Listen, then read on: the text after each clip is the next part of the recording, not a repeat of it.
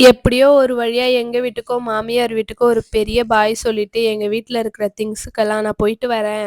நான் வர 1 வாரம் ஆகும்" அப்படின்னு சொல்லிட்டு ஓடி வந்துட்டேன். அப்புறம் வெளிய வந்து பார்த்தா, ஒரே ஜோன்னு மழை. அதுக்கப்புறம் எப்படியோ கேப்ப புடிச்சு ரயில்வே ஸ்டேஷன் வந்தா, அங்க ட்ரெயின் பார்த்தீங்கன்னா, நாங்க நிக்கிற இடத்த விட்டு தாண்டி போய் நின்றுச்சு. எப்புட்ரி உங்க அம்மா வீட்டுக்கு போவேன்னு.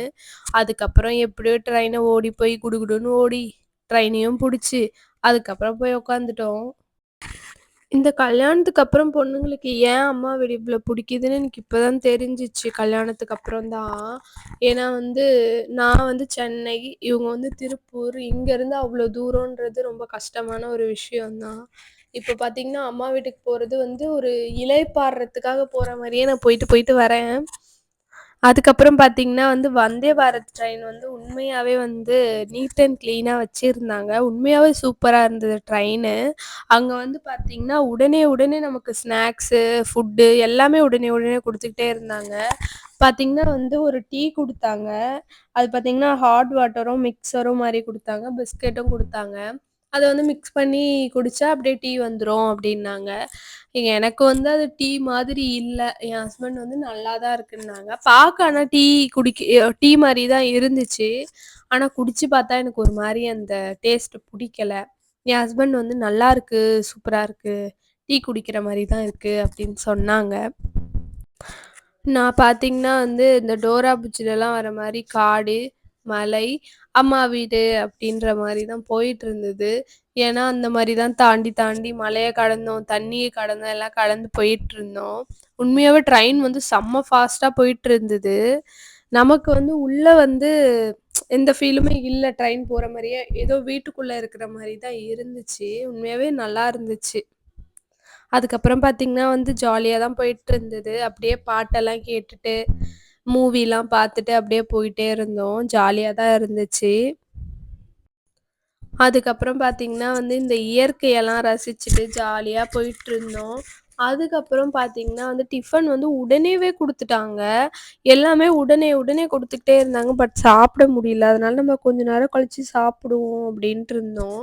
அதுக்கப்புறம் என் ஹஸ்பண்டோட ஃப்ரெண்ட் ஒருத்தவங்க வந்து சேலம் தாண்டி ஒரு பிளேஸ்ல இருக்காங்க.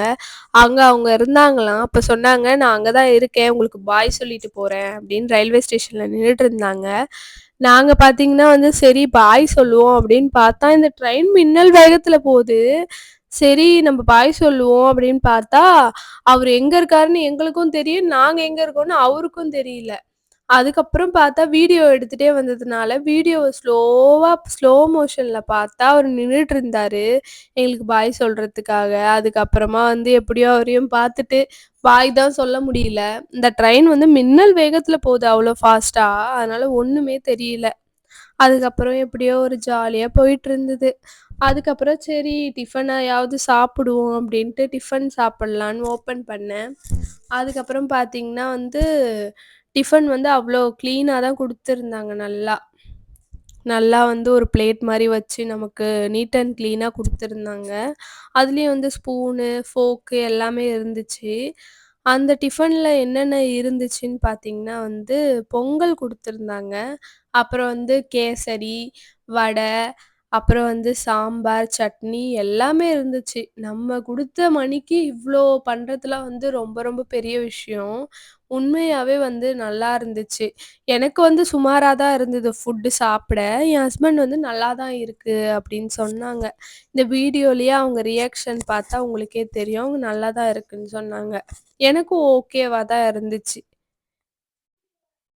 எனக்கு இந்த விண்டோ சீட் கிடைச்சதால இந்த இயற்கையெல்லாம் வந்து ரசிச்சுக்கிட்டே வர்றது எவ்ளோ சூப்பரா இருந்துச்சு தெரியுமா? அவ்ளோ நல்லா இருந்துச்சு. இந்த மலை, அப்புறம் வந்து இந்த தண்ணி எல்லாமே வந்து பார்த்துக்கிட்டே வந்தேன் நானு. ஜாலியா இருந்துச்சு.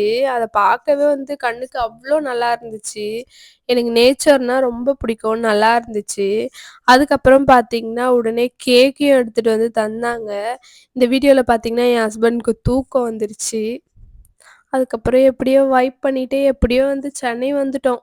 சென்னை வந்துட்டு பார்த்தீங்கன்னா வந்து ஒரு கேப் புடிச்சு, அப்படியே வந்து வீட்டுக்கு கிளம்பலாம் அப்படின்னு போனோம். அதுக்கப்புறம் நடுவுலயே பார்த்தீங்கன்னா வந்து என் தம்பி, தங்கச்சி இவங்க எல்லாருமே வந்துட்டாங்க.